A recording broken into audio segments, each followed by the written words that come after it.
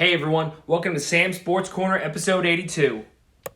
Alright, we're going to start the show a little differently. I want to talk about a cause that kind of means a lot to me right now. And it started out as one man's quest, simply to drink a zillion beers. It has now become an international sensation. There's been money promised to different charities because of this. And I just want everyone in the world to know that Sam's Sports Corner supports the Zillion Beers cause.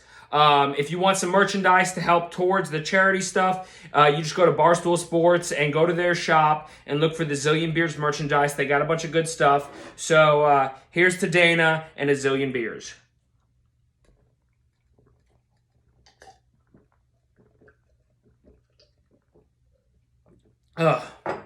Good stuff, ladies and gentlemen. Zillion Beers, let's go. So the first thing we're going to talk about on a serious note is why I'm wearing this beautiful lei and keeping it tropical this week. Because, as you know, I kept it tropical last episode because I was snubbed for Super Bowl row and stuff. This is for a completely different reason. I am wearing this because the Throwin Samoan, Tropic Thunder, Pineapple Express himself absolutely lit it up this week in the XFL. And I'm talking about none other than Ole Miss's goldenly tan son, Jordan Ta'amu. Jordan Ta'amu impressed everybody week one in the XFL. People will tell you about the DC Defenders quarterback, about BJ whatever in Houston. But this is a St. Louis Battlehawks fan show, so everyone else can piss up a rope. We're talking about Jordan frickin' Ta'amu. All right? And Jordan Ta'amu crushed it, had a beautiful game, had 209 yards through the air with a touchdown, one beautiful pass that is just unreal good. And then he had 77 yards on the ground. Everyone forgot that in college at Ole Miss, Jordan Ta'amu had absolute wheels. And he proved it in this game. Everyone is now talking about Jordan Ta'amu again. It's an awesome thing. And he led the St. Louis Battlehawks to have the only road win in the XFL this weekend.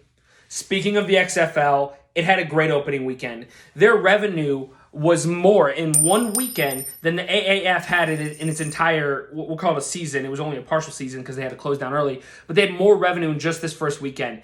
And they had so many awesome things. All the rules were better. Everything seemed to streamline the game. The access to players after mistakes and good plays was great. Listening to coaches call plays was great. Being in the booth with the review judge was perfect.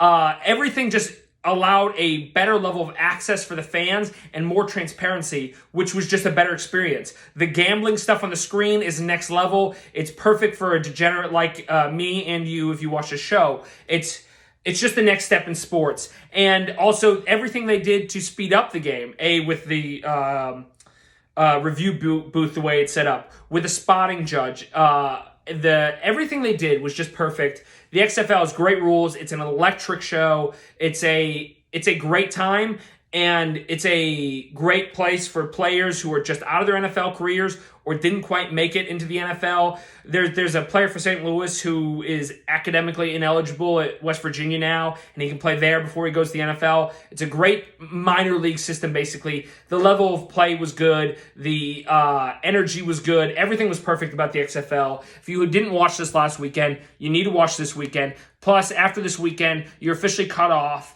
on picking a fan base, and if you just pick the winning team, you're going to be called a bandwagoner. So you have until this Sunday, the end of this Sunday, to pick your team. After that, you're just a bandwagoner.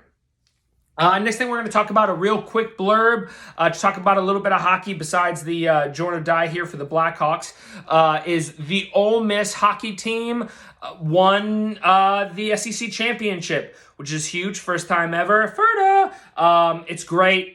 Hotty toddy to the Ole Miss hockey team, and fuck you to the rest of the SEC. Moving right along, we have something I don't think we've ever done on this show before, is we have a tie for the idiot of the week. The tie is between Astros owner Jim Crane, because they had a press conference the other day, And it literally just made the organization look worse in every single way possible. We're going to tune into it for a second. That this didn't impact the game. We had a good team. We won the World Series, and we'll leave it at that. Jim, when talking about the Yankees there, did you say you feel like this didn't impact the game? And what do you mean by that? I didn't say it didn't impact the game. Our opinion is, that this didn't impact the game. I didn't say it didn't impact the game. So, the big problem here is he's like, yeah, we're cheaters, but we're going to claim that it didn't affect the game. Like, we recognize the fact that we cheated, but we are going to claim that it didn't affect the game, as in any cheating ever doesn't affect the game at all. It's just, there's no sanity there. There's no judgment on what the rational basis of America believes, and that cheating is bad and cheating will help you. And they're just like, yeah, we cheated, but we're a good team. So it was just so tone deaf to what society believes. Then they asked Jose Altuve about the buzzers, and all he had to say was, well, the MLB didn't find anything about that. No, we didn't use buzzers. No, that's a bullshit lie. No, that's a falsehood. There's no proof, blah, blah. He literally just said, well, the MLB didn't find anything about that, which is like almost like admitting guilt, just saying, well, we didn't get caught, so you're not going to hold me on that. It's just so tone deaf. There's no basis in reality for that team. And the only good thing that's going to come out of this entire thing is the fact that Pete Rose filed for reinstatement into the MLB from like his ban because of the fact that the Astros cheated and basically nothing happened. Then they got a slap on the wrist, and all he did was bet on his team, and he's banned. And I honestly believe this will be the linchpin, the turning point that'll bring Pete Rose back into the fold of the MLB. So I guess that is one positive note to the Astros being a bunch of spineless cowards and cheaters. And it wouldn't bother me. None of this would bother me about them being like, I just wish they would admit to it and be like, yeah, it probably helped this. The MLB already made their decision, right? They already said you get to keep your title. So just like, let's move on with some transparency. Don't be cowards anymore. It's sickening. The other idiot of the week is going to be, once again in baseball, MLB Commissioner Rob Manfred. They announced some changes to the playoffs where they're expanding it, and teams get to pick who they're going to play in the playoffs. It's real weird. I didn't understand it. I thought the playoffs were fine as is. But then they institute another rule where each pitcher who comes in has to face a minimum of 3 batters unless it's the end of an inning. So if they come in on the last batter, that can be it for them. If they come in for the last 2 batters, that can be it for them. But this is they said it's to speed up the game, to eliminate the, one left-handed pitcher for one left-handed hitter kind of thing. And it's actual bullshit. That is not why they did it. They did this because they want more offense. It's the same reason that they're not punishing the Astros. It's the same reason that they've changed every rule they can to help the offense. It's ridiculous. They want to speed up the game. I get it. Baseball is not a fast game. It never was. It never will be. That's not why America loved baseball. It's not why America loves baseball, because it's a fast game. Well, football is just as long. A football game's 3 to 4 hours.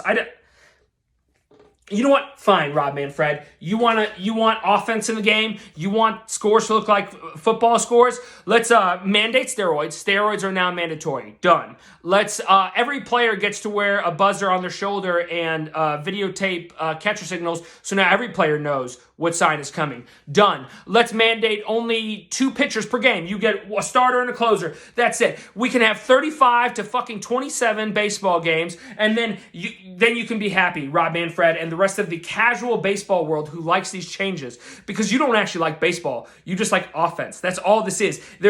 There's no reason for this change of the pitchers besides this speed up the game. It's total bullshit. Rob Manfred is also a tone deaf idiot who is just listening to the ESPNs of the world who don't actually like the sport. They just talk about it because it's mandatory. These are not actual fans who like these rules. These are casual bullshit artists who just like to see Aaron Judge smack a jillion homers. Go ahead. Make these changes, continue down this path. Before you know it, we're going to have mandatory steroids, and everyone's going to get to know what pitch is coming, so they can just smack home run after home run. And then you'll see. Then you'll see what an asshole you are for ruining the great American pastime of baseball. I'm sorry to go on a run there like that. It's just so upsetting that they're trying to ruin the sport. Hope you guys enjoyed this week. Can't wait to see you again in the future. Have a great day. Go on Barstool and look at Zillion Beers and get your merch. Have a great night.